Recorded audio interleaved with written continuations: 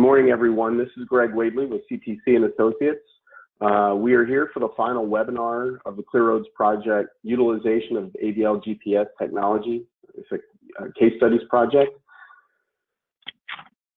We are here with AECOM, the investigators. Let me start over. I'm sorry.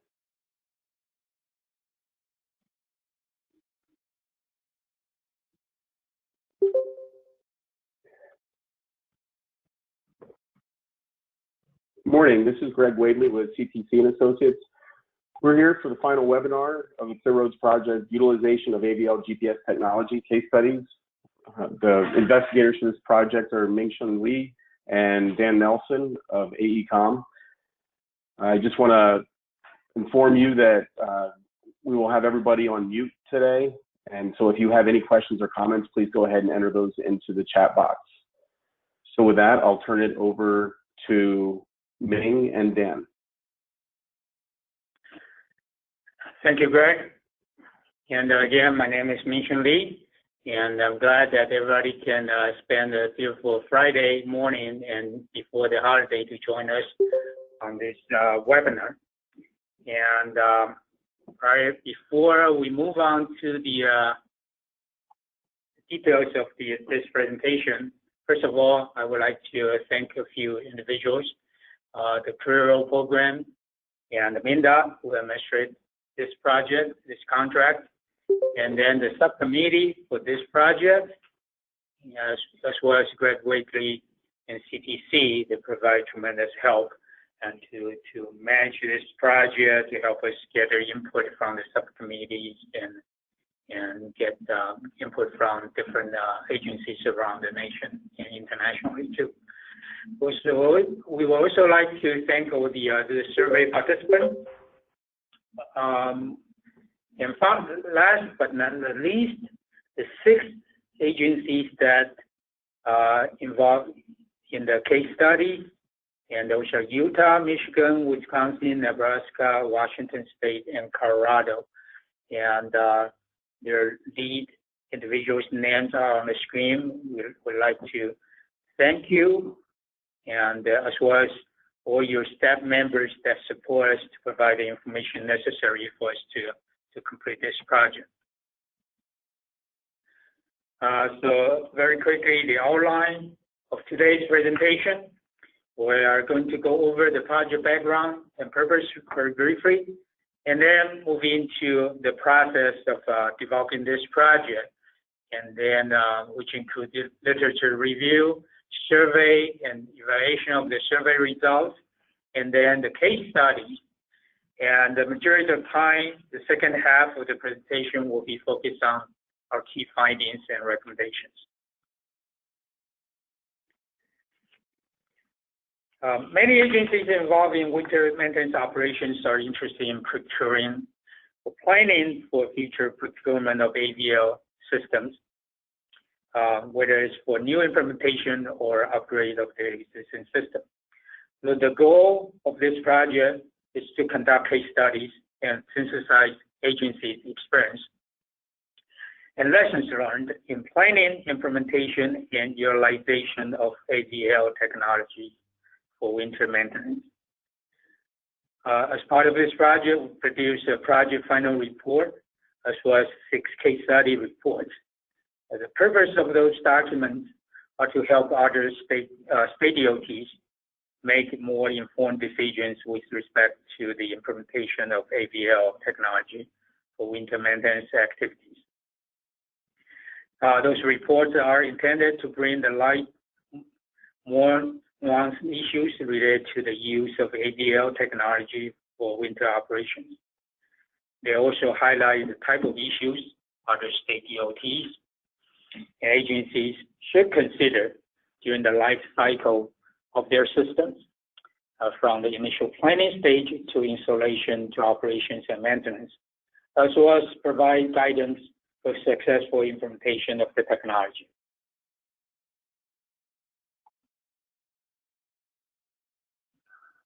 Move on to the next slide, please. There we go. Based on our initial investigation, as well as the input from this project subcommittee, and basically there are roughly 4 levels of AVL implementation, and so those are either the basic location tracking monitoring, or adding more and more type of other opportunities and integrations of the equipment on board the vehicle, as well as more sophisticated data reporting features. So those are the basic 4 levels that we kind of as a starting point to allow us to do the research.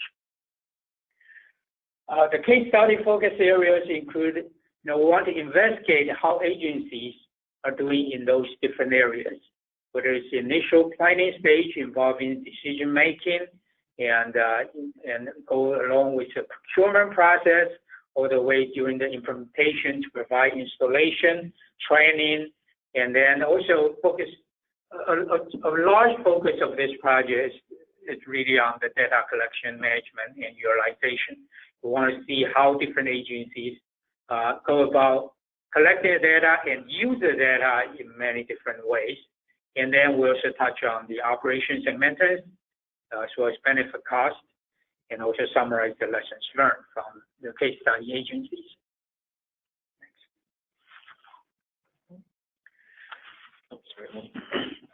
So here are a list of project tasks.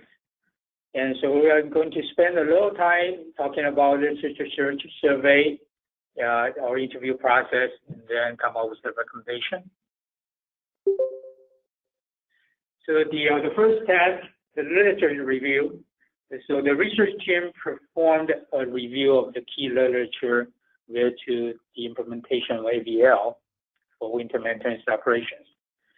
Our literature review focused on in the past any publication within the past 5 years. The reason being that a couple of years ago, especially back in July 2015, there was a clear road project synthesis of AVL GPS equipment used for winter maintenance that was completed around that time, which provided the main sources for the literature activity for this project. So within that report, they summarized the different equipment that have been used by various agencies, and they're also their state of implementation. So in addition to utilizing that particular report as a main source for literature review, we also expand our research to look into literature and publication, particularly from Federal Highway Administration, as well as conference paper, presentation, proceedings, and other church journals to identify and get a better understanding of how transportation agencies around the country and as well as internationally utilizing this technology and what are the particular lessons learned from implementation and using the system.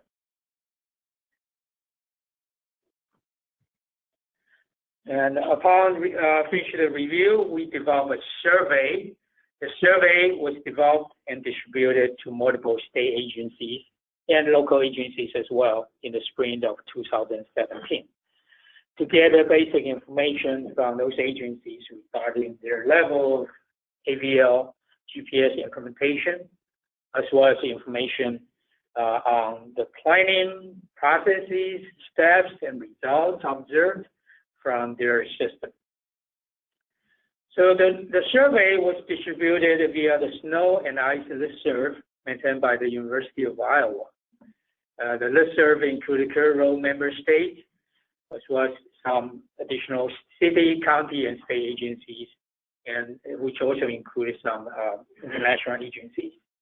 As you can see on the screen, that there are a couple of several survey topics that we focus on, kind of expanding on the previous research that the Curry did on the project 14-01, and we added more information regarding how their system is utilized, what data is captured, and some additional information as well. We received 14 responses from different agencies. Here's a map showing the agencies provide responses. Upon receiving the survey responses, we conduct an evaluation. The agencies were evaluated based on a number of factors. Key evaluation factors included the level of their AVL implementation in terms of their fleet size, as well as the number of different type of equipment integrated with the AVL system, and type and brand of the controllers they use, and also the amount of information data they collect through the AVL system, and how they utilize the AVL data to perform different tasks, such as not only the vehicle tracking, but also operational analysis, route optimization, and so on. And also gather information in terms of whether they share the data, and how do they share that internally or externally or both. And also, want to know whether they have cost information and benefit evaluation results that can share with us. And based on the evaluation, we narrowed down to 3 tiers of system implementation and put the survey responses into those 3 different categories. Level 1, or tier 1 rather, and the basic location tracking. So your system provides the basic location tracking, as well as either with or without collecting the vehicle diagnostic data. And then level 2 is more sophisticated implementation. We call median implementation. That's in addition to the function of tracking the vehicle location. They also added function in terms of data collection and equipment integration and some reporting feature. And then tier 3 is the most sophisticated implementation stage, that you integrate more equipment, you collect more data, and then you have more sophisticated reporting feature for your system. Here's a quick summary of the survey result as well as the evaluation result. And as I mentioned, the survey is a tool to allow us to identify candidates for the case studies. And due to funding constraints, we could only conduct a number of case studies. And in this case, we come up with 6 agencies for case studies. And you can see the distribution of number of agencies for each different tier, as well as the agencies we selected for tiers. Here's a glance at those 6 selected agencies for case studies and their basic characteristics of their the AVL system and the level of integration. And this a lot of information on this slide, and if it's not if you cannot read this really clearly, and this table is also included in the final project report, and which you can take a look. So obviously, we have 2 agencies in tier 2 and 3 agencies selected for the case study in tier 3. And one of the key selection criteria is not only the type of the equipment they integrated and type of data they collect and use, but also we want to identify the similarity as well as differences among those agencies. And so therefore you can see, for example, in tier 2, we have Michigan and Washington State. And Michigan utilize the Dixie-Jones spreader controllers, and versus Washington State, they utilize 5 different types of spreader controllers, or controllers from 5 different manufacturers. And so those are the kind of the differences we want to investigate to see how such differences may or may not have impact on how different agencies go about doing the planning and implementation, as well as using the output of the system. And the type of equipment and system integrated, through the survey and as well as case studies, here's a laundry list of the stuff that agencies have integrated into their AVL system. And that doesn't necessarily mean that all the agencies are integrating all of this. And certain agencies have typically you see the spreader controllers and air treatment temperature sensors, as well as probably the cloud controllers, as well as dash cam. They are typically integrated, but there are a lot of added features that the more sophisticated agencies are also integrating with their AVL system. A quick glance on what type of data they collected, and the most popular and most useful ones that based on the case studies, the material type and application rate that allow you to track the material usage, as well as the cloud position sensor that kind of help go along with the material usage, calibration, and utilization. And there are a lot of other information that agencies are collected and captured for different purposes. And once identified those 6 agencies to conduct the interviews, to conduct the case studies, the case studies is conducted through a set of in-person interviews with those agencies in order to get different factors and considerations for various stages of the system implementation. We interview the various level of agency staff and try to get their input as well as the lessons learned from the initial planning to all the way the ongoing operations and maintenance. So you can see the 4 different levels of staff that we interviewed, as well as the discussion topics that we engaged them with. And so we talked to the executive directors level to understand their planning and decision making and support process, and then down to more technical supervisor managers level to understand their day-to-day operations, as well as utilization of the data. Also interview technician and operators level to understand any issues and the lessons learned in terms of installation, as well as operations, and especially from the operator side of concerns. And also work with IT, GIS, data management folks to understand how they manage the data, utilizing the data, whether developing the software capability internally or utilize the vendor solution. And as I mentioned earlier, we after the interview and case studies were performed, we developed not only the final report, but also 6 individual case study reports to summarize and to document the case study results. In the interest of time, and we're not going to go through each individual case study in detail. Rather, we're going to provide, present our key findings and summaries and recommendations. And you can find more details in those individual documents as well as in our final report. So with that, I'm going to turn this over to Dan. He's going to talk about the findings and recommendations.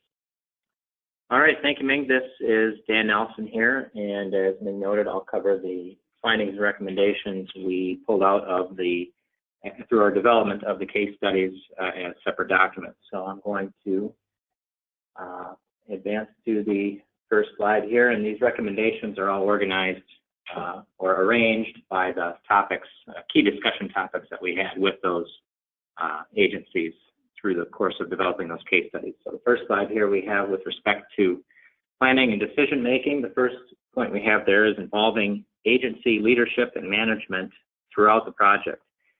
This helps to support communicating the importance of the system to field maintenance staff and other staff that will be using that system, and also can encourage a timely installation, system maintenance over time, and proper use of the system over time as well.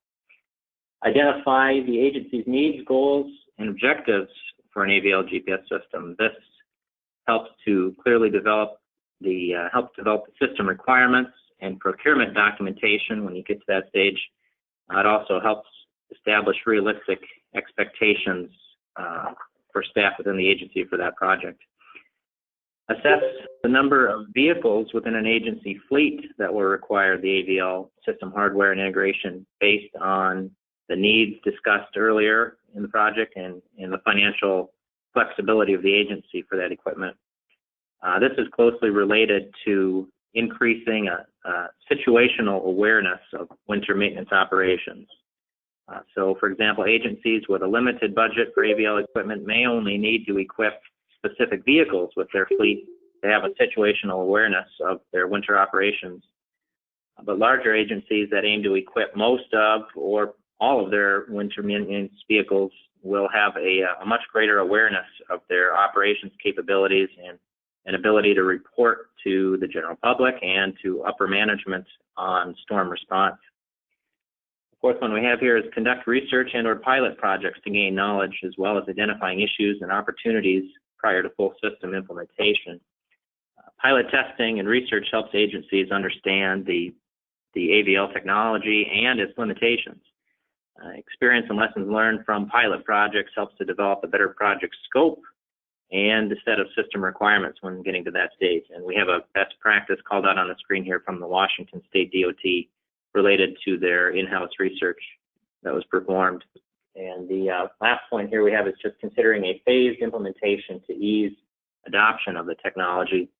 This may work better for agencies that would desire a large or statewide implementation and allows for an organized rollout of the technology and for outreach to districts or regions that may not be ready for the technology. That kind of outreach can help facilitate buy-in where needed and helps promote confidence in the system among those regions of the state. Recommendations with respect to procurement. The first point we have up here is under requirements and RFP development. The first recommendation we have is using a systems engineering approach in the development of system requirements and specifications. This approach typically begins with the concept of operations that involves multiple agency staff prior to developing more detailed system requirements.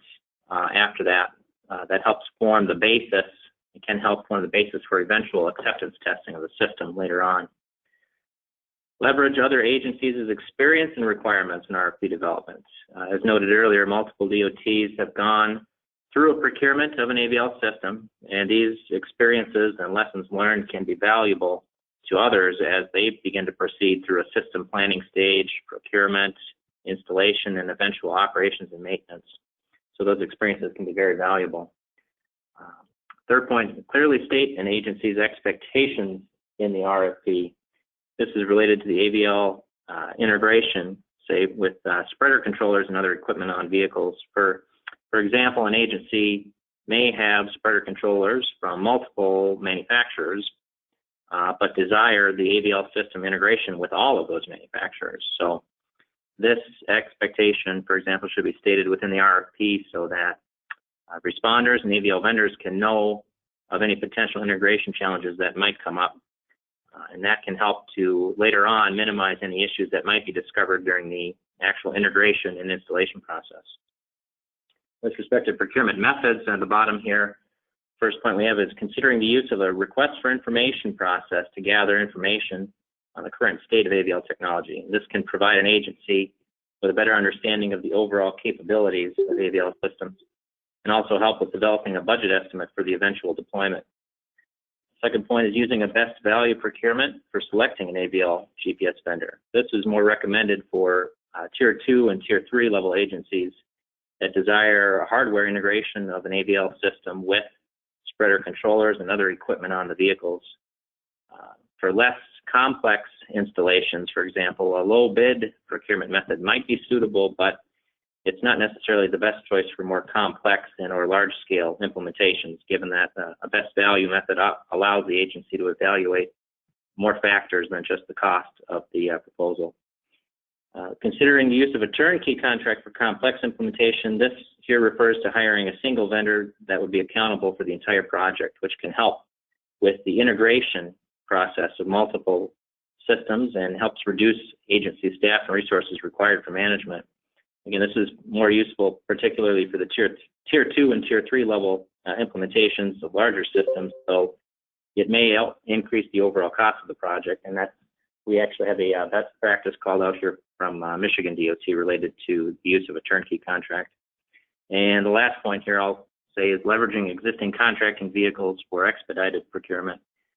Some states we interviewed indicated they were able to leverage existing pre-negotiated contracts either within the states or it could also be a larger multi-state contract as well. So,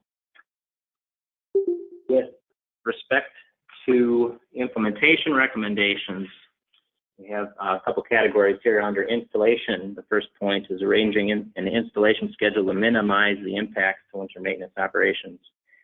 An ideal installation here would be in non-winter months to help better ensure vehicle availability. And if agency staff are used for that installation, they can better allocate their time and resources than in winter months, for example, when they might be responding to other higher priority issues with the vehicles. Install an AVL GPS equipment at protected locations with access for maintenance. This is for the hardware equipment itself for protection from liquids or tools or other equipment in the cab of the vehicle, potentially damaging that equipment.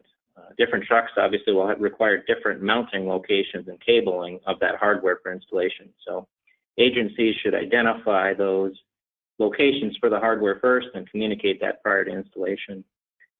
And involving and training agency mechanics for AVL hardware installation. This is for their benefit of understanding how and where the hardware is installed so that any new vehicles coming into the fleet can be equipped with the right hardware, or repairs could be performed on existing vehicles that have issues with that hardware. And under integration with other equipment, we have anticipating issues and challenges associated with integration between other equipment and the AVL system. Agencies, despite all the planning done, should try to anticipate unforeseen challenges related to integration and be prepared to work with system vendors and equipment manufacturers. Issues related to integration can be technical and institutional in nature, such as the exchange of proprietary technology or data between vendors involved in the project. And the last point here is communicating with bidders regarding anticipated challenges with system integration during procurement. Agencies can utilize an RFI process to gather responses and potential solutions from prospective bidders, and this can help provide the AVL vendor with an understanding of the amount of work required to perform that integration. Some additional implementation recommendations here related to vehicle-to-center communications. Evaluate cellular providers to maximize the coverage and supplement with other communications gaps to fill, or communications methods to fill those gaps.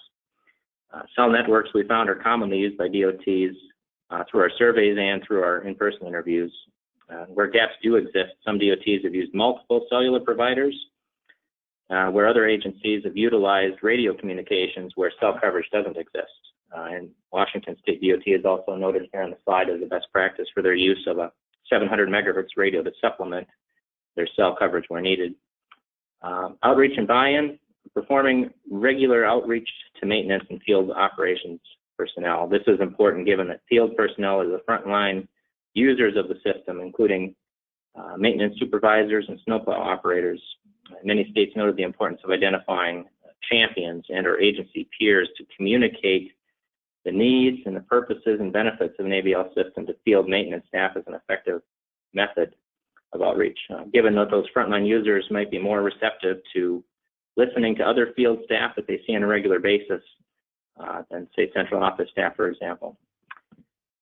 Communicating and demonstrating the purpose of the system to snowplow operators to alleviate concerns. Agencies we interviewed noted that Big Brother concerns from drivers of being watched with this AVL technology have lessened over time as they realize that the system isn't being used for disciplinary purposes. Where those concerns do still exist, though, communication should focus on the positives of the system. For example, use of the AVL system to exonerate drivers from any public complaints of property damages that come up from using the system to show that those drivers were not there where they might have been where the public might have said that there was potential property damage. So that's an example of how the system could be used to exonerate drivers from certain issues.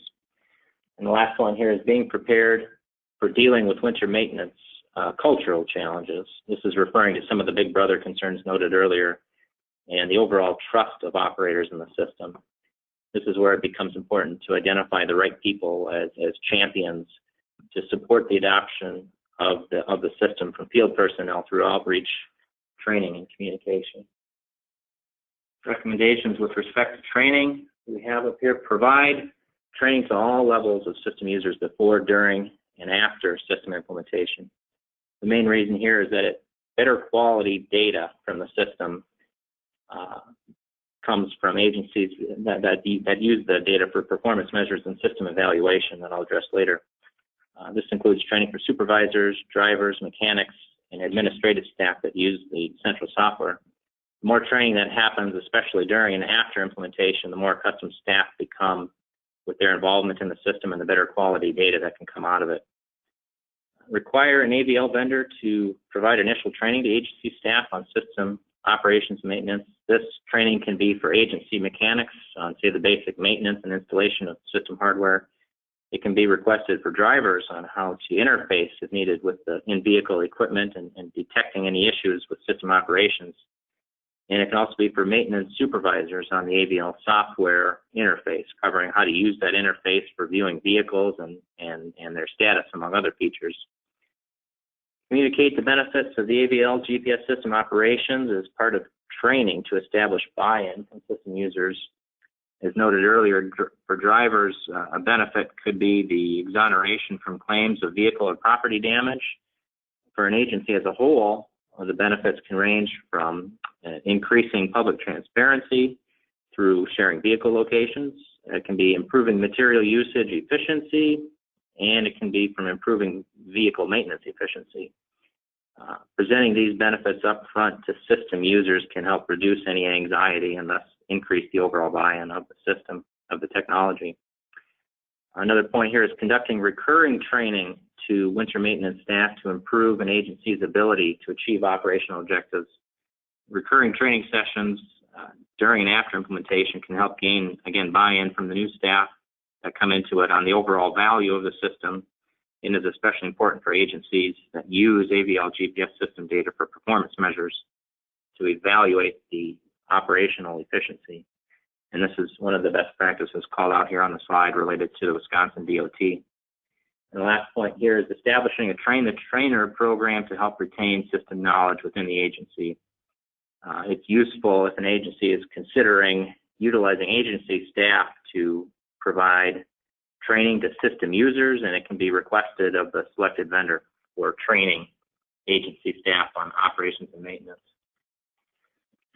With respect to data collection and utilization, the first point in our data collection, requiring an AVL vendor to make system data available to the agency. Multiple agencies noted the benefits of obtaining system data from the AVL vendor through an API provided by the vendor. This API allows for downloading and storing select portions of the raw vehicle data into an internal agency database, which can then be used in many ways. For one example, the latitude and longitude data gathered can actively be used to display snowplow vehicle locations on a public web page. In other cases, agencies can perform an internal backup of that raw data and do some further analysis on storm response and other evaluations. With respect to data accuracy, understanding the limitations on material usage data accuracy. This can vary depending on how an agency calculates material usage, but some of the challenges gathered through the interviews include, for one, an inaccuracy of GPS measurements. Washington State DOT had noted that their mileage estimates were based on GPS measurements from the AVL system, not necessarily the vehicle odometer. So an inaccuracy of the GPS measurements could in turn lead to an inaccuracy of material usage calculations. And the second is using the spreader or spinner controller. In colder weather climates, drivers, we gathered through the interviews, will often leave the vehicle auger spinning in spinning mode, regardless of whether or not the material is being applied from the truck. So that's just to keep the auger from freezing up. And so if the system software is reliant on that spreader controller to calculate material usage, the constant spinning can result in perhaps an over-reporting of the material usage. The last point here is staffing and resources for data management. Identifying agency staffing and resources needed to support management of the system prior to procurement. In a turnkey approach, as I noted earlier, the selected vendor is responsible for all management and making it available through web-based software, which might be desired if there's no challenges to working with IT departments, for example. Another approach could be requesting that data through an API, as noted earlier, to internally develop a customized dashboard, for example, that presents data commonly requested by agency staff. So we have a couple screenshots here kind of showing what that might look like at the bottom here. So, with respect to data utilization, using real-time system data to make adjustments to resource allocations and maintenance strategies. Supervisors that were interviewed noted that their use of the AVL software to monitor maintenance operations in neighboring areas or districts. This allowed them to make more informed decisions and appropriate adjustments and strategies as they saw a storm coming, for example. So agencies that utilize maintenance decision and support software have a greater ability to see recommended treatments based on what the weather forecasts are, which also allows for an improved coordination across regions. And the other point here is integrating other road condition data with mobile observations from the AVL systems. Many Tier 2 and 3 level agencies integrate vehicle-based temperature sensors with their AVL systems. Integrating this data with ARWIS station data, for example, can further improve a situational awareness of weather conditions and in turn improve the overall winter maintenance operations. In another example, images from vehicle dash-mounted cameras could also be integrated with images from ARWIS station cameras or other locations to help an agency verify and confirm pavement conditions, which can also in turn help evaluate the appropriate winter maintenance strategies. And also with respect to data utilization, establish a performance management program to document performance and benefits. This can help assess the operational performance and identify opportunities for improvement. Agencies can use those measures to demonstrate the benefits of the system to agency staff. You can also provide justifications to agency executives and legislators on how the benefits relate to the costs, which help sustain the ongoing operations and maintenance of an AVL program. Work with system vendors to develop desired data reporting features and performance dashboards. While many agencies interviewed noted their use of vendor software for data management and reporting, changes to those interfaces are sometimes desired. Most vendors have been willing to work with agencies to make those enhancements where needed to meet the agency needs. And last point here is using an internal resources to develop an agency dashboard for reporting features and performance measures. This is because agency staff oftentimes have a good understanding on the goals and objectives of an AVL program and might be more knowledgeable regarding the performance management needs of the agency. So agencies should carefully review these options, utilizing internal agency staff versus vendors to determine the best way to develop or enhance tools, software tools to meet their needs. And so some of these images on these slides illustrate what we gathered through some of the interviews we conducted. And the last set of recommendations here is related to data sharing and operations and maintenance. Under data sharing, considering sharing the vehicle location data with the general public. This can be shown through a breadcrumb trail, for example, in the images below here. There's a desktop version on the left and a mobile application version on the right. It's done to help increase the public transparency of snowplow operations to show how the agency is responding to snowstorms. This desire of transparency, though, also has to be balanced with, say, concerns about liability that departments may have with sharing vehicle locations. So internal discussions within the agency can help determine that best course of action there on whether or not to share vehicle location in this manner. And lastly, related to operations and maintenance, obtain support and secure funding to sustain ongoing operations and maintenance. Support from agency executives and management is is very important for securing funding for ongoing O&M. Understanding the staffing resources and costs required is also critical for ensuring the proper amount of support is in place for the system. So, as Ming noted, we did produce 6 separate case study reports for these states listed here on the slide, as well as a final research report that presents all of the material that Ming covered, as well as many of the recommendations that were presented here in the PowerPoint presentation today as well. And those final products will be put up onto the ClearRoads webpage at the link below later on after the completion here of this presentation. So with that, I think we are near the end here for questions at this point. So Greg, I'll turn it back to you, Greg, for if you wanted to raise any questions at this point. That sounds good, Dan. Thank you. Just a reminder to everybody to, if you do have a question or comment, to enter it into the chat box.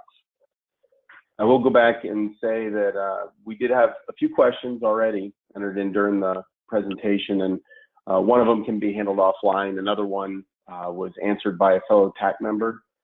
Then we had a question from Cliff Spoonmore out of Wyoming. How long is the after system implementation training?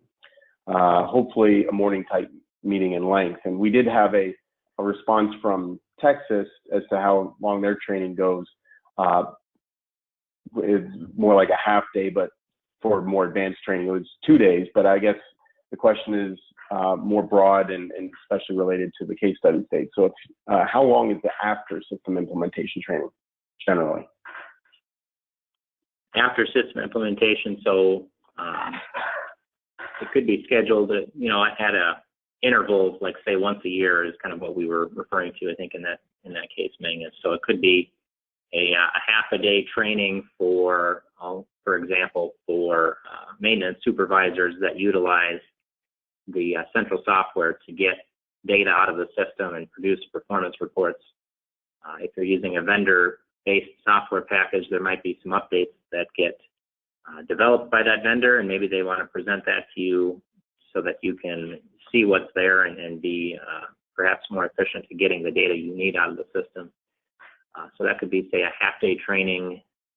Well, depending on how extensive the material is, it could be anywhere from a half-day to a full-day training. But yeah, among the 6 states that we interviewed, and the length and frequency of the training vary by individual agencies. Mm-hmm. But what we found is that there's a common trend that obviously you want to conduct they all have a sort of annual training program.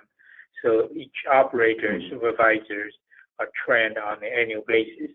The timing of such training is typically prior to the winter season, and it could be purposely set up, prepared AVL system training, or a lot of times it's actually combined with more general winter operations training, and could be a winter rodeo type of event, or it could be their any winter event exercise.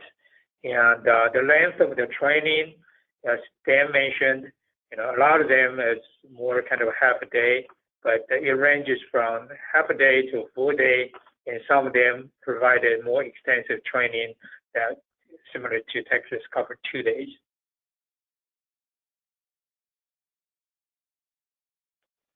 Okay, thank you. Cliff Spoonmore out of Wyoming also has a question. He asks, how many states show the location of their plows in real time or delayed? I cannot get on top of my head to give you the right number, but among the agencies we interviewed, 6 of them, I think 3 of them are showing the vehicle location on their website, either it's 511 or it's other winter observation website. And typically it's on a delay basis and not necessarily in real time, but it's near real time. Delay can be anywhere from 30 seconds to 3 minutes. And that delay, I didn't mention it in my slides, but sometimes drivers will have a concern about, say, the real-time reporting of their vehicle location. So I think Utah was a state we interviewed that delayed the real-time reporting by, I think, 3 minutes of time. And that's just to alleviate driver concerns about, let's say, someone taking the real-time location and using that for a potential attack, for example, on a snowplow vehicle. I think that's done to help alleviate those driver concerns on sharing that vehicle location information. So. Okay. We have a question from Patty Caswell out of Oregon. Her question is, were you able to obtain information about cost in terms of ongoing maintenance and program support? Not necessarily installation or obtaining the actual system, but maintenance of the system and the overall program, such as running statistics and reports.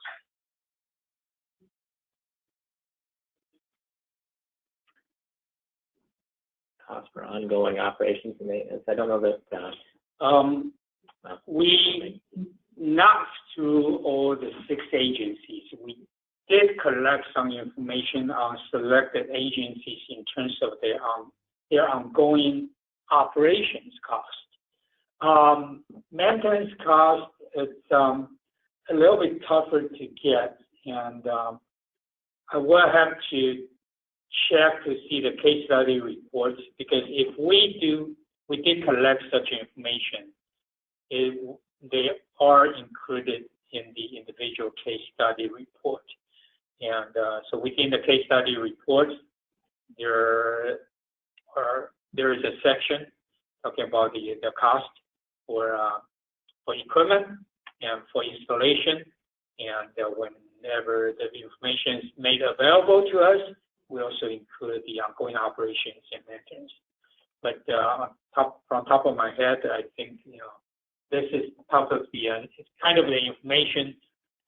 Sometimes it's challenging for agencies to produce in such a short time frame and make it available to the research team. We did include cellular costs, cellular vendor costs as part of that ongoing operations and maintenance, but that doesn't necessarily fall under running statistics and reports in that sense. Internal agency staff are often utilized for that, and I don't know if that cost is separated out from their other regular duties that they perform for the agency. So it's sort of a cost that, I guess, for running statistics and reports is almost kind of borne by the agency from their agency staff that are trained on how to use the system.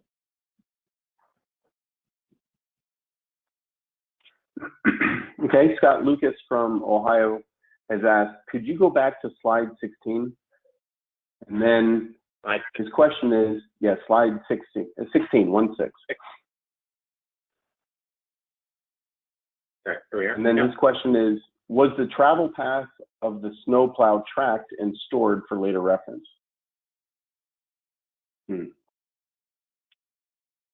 Maybe that's not slide 16. Travel, like the route specifically you're talking about of a snowplow driver specifically. So they're just related to route optimization, perhaps, or. Let me find Scott and unmute him really quick. Here we go. Scott, you're unmuted. If you want to follow up with that question, please. Yeah, actually, I think it is slide 15. I think you just had it up for a second ago. And I guess my thing, I wasn't seeing anything about tracking, for data capture for like future reference where the plow has been. Where the snowplow truck has been in its travels. It seemed like it'd be something we store. I didn't know if anybody else doesn't store that, just not type of data captured. That could be related to a breadcrumb trail, for example. Well, some of those agencies, especially if they're using MDSS, it's kind of an embedded function, I believe, that they do store the data and which allow them to go back to play back each individual snowplow and which route they go through at which time, and then play out the whole event. And for those who are not on MDSS, and some of them do have that capability, they do store the data, but it's all down to the amount of data they would like to store and manage. But in general, I think most of the agencies we interview do store the data because they utilize that for further future analysis, whether it's for route planning, optimization, or investigating the system operation efficiency. Okay, thank you. Okay, I had some more discussion between TAC members here, but I think the next question is from Joe Thompson. Did any discussions come to light regarding any of the Tier 3 surveys and using AVL as a performance measure for performance-based contracting, specifically for payment of a maintenance contract? We did talk about the potential of moving the procurement method to the performance-based, and but that discussion I think was limited with Michigan DOT and possibly Nebraska DOT. And Nebraska was kind of at the beginning of their current contract, so that wasn't really something they think too hard about it. But Michigan, they indicate that they would like to, if possible, to in the next phase to move into more performance-based procurement. And but there are a lot of details that need to be worked out. And that's pretty much to the extent that we have collected so far. Dan, is there anything you want to add? No, I recall Michigan as a case where they worked with counties for winter maintenance. And I'm trying to remember the arrangement between MDOT and the different counties. I think MDOT covered state routes within certain counties, but other counties take care of their state routes. Other rural areas took care of their own state routes. So I think that was the only agency we interviewed that had that kind of arrangement.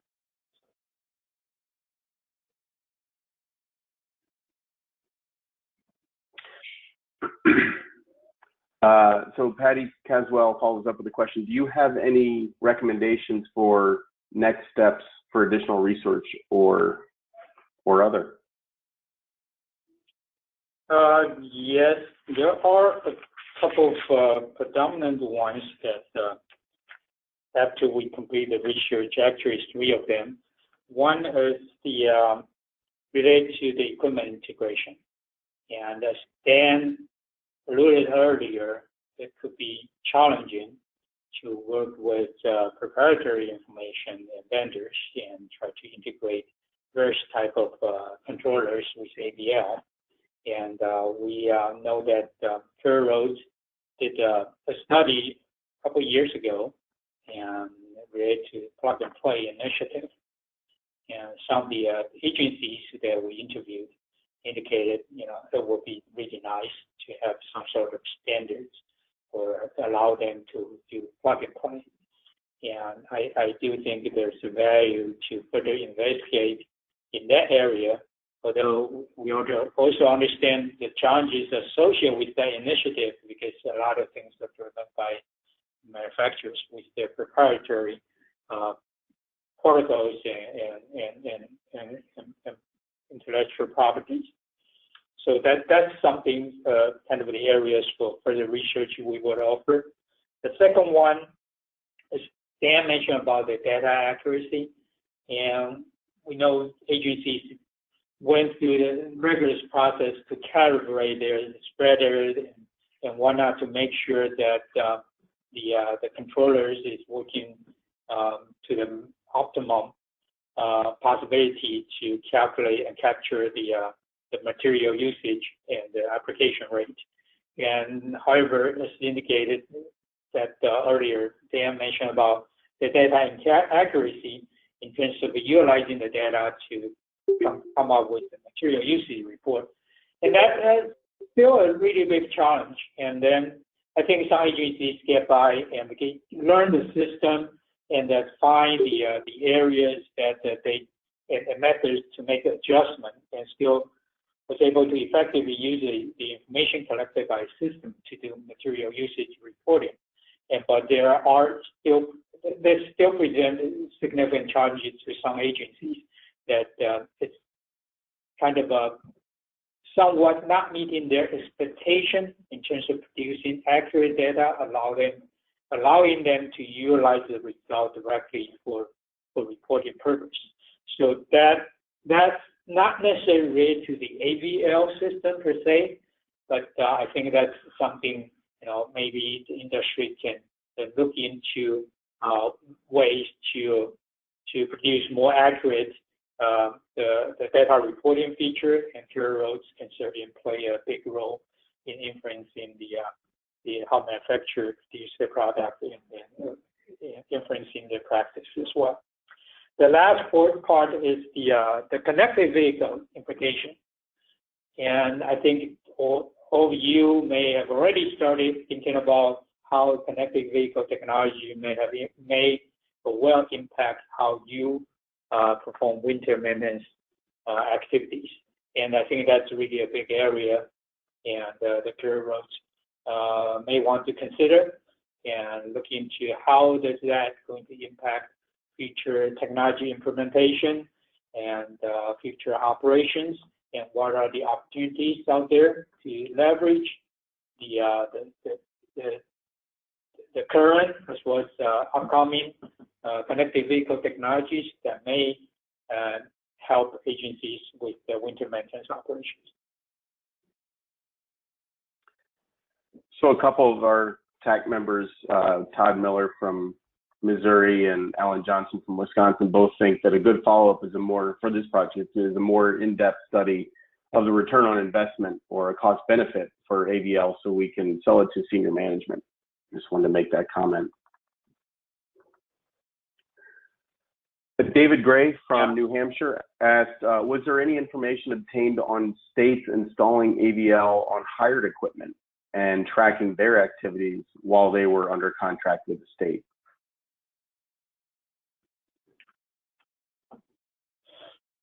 I don't recall that. Yeah. We, as part of the case studies, we didn't encounter any hired contractor for performing the winter operations for the state on state's behalf. But as Dan mentioned earlier, Michigan, as a state agency, they maintain about 1/3 of the state routes, and the rest of the state routes are taken care of by counties. And so MDOT, Michigan DOT, has an agreement with those county agencies. And then, however, I'm not quite sure about the arrangement in terms of making the purchase of the equipment or utilizing the MDOT's capability, or such as MDSs and other investments they have made. And however, Wisconsin, that's another story. That Wisconsin, and I always on the call, and Wisconsin doesn't own any snowplow vehicles. They provide funding for counties to perform snowplow and winter maintenance activities. And so all the snowplow equipment are owned maintained by the county, and with that provide the funding and also provide the procurement mechanism to help them and provide overall directions. And that's a kind of really a unique setting. They are not necessarily a hired contractor, but in a way they are acting as kind of independent agencies for the counties for doing their work, and then but utilizing the WSDOT resources and reporting to WSDOT on the snowplow activities and performance on state routes.